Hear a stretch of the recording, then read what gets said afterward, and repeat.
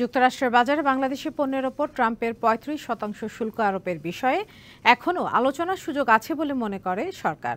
অর্থ উপদেষ্টা জানিয়েছেন, আলোচনার মাধ্যমে এই শুল্ক আরও কমানো সম্ভব। আর প্রধান উপদেষ্টার প্রেস সচিব জানিয়েছেন, বুধবার এ নিয়ে মার্কিন প্রশাসনের সঙ্গে বৈঠকে বসবে বাংলাদেশ।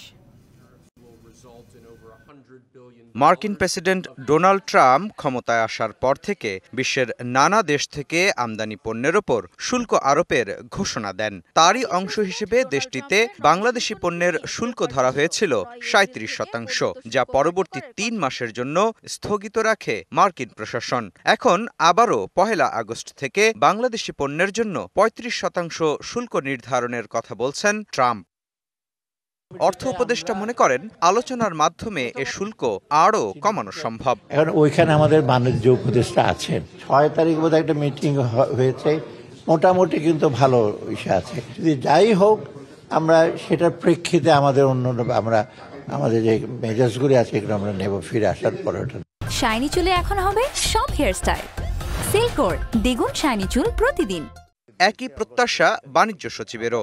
তিনি জানান, দেশটি থেকে বাংলাদেশের আমদানি বাড়ানোর উদ্যোগ নিয়েছে সরকার। তা কার্যকর হলে কমে আসবে বাণিজ্য ঘাটতি।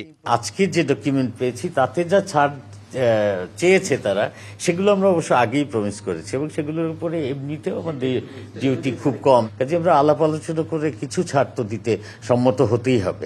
1 মাস রেখে আজকে ডকুমেন্ট হ্যান্ড ওভার করা হয়েছে এবং নেগোসিয়েশনের ডেট দেওয়া হয়েছে। ডেটটা তাদের পক্ষ থেকেই দেওয়া হয়েছে, তার মানে নেগোসিয়েশনের দরজা খোলা রয়েছে। এদিকে প্রধান উপদেষ্টার প্রেস সচিবও জানিয়েছেন, শুল্ক বিষয়ে যুক্তরাষ্ট্রের সঙ্গে বাংলাদেশের আলোচনা চলমান আছে। বাণিজ্য উপদেষ্টার নেতৃত্বে একটি প্রতিনিধি দল এখন যুক্তরাষ্ট্রে আছেন। এই মুহূর্তে বাংলাদেশ যুক্তরাষ্ট্রের বাণিজ্য ঘাটতি মাত্র $5 বিলিয়ন।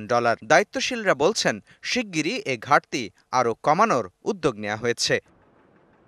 মোস্তফা মাহবুব, ডিবিসি নিউজ, ঢাকা।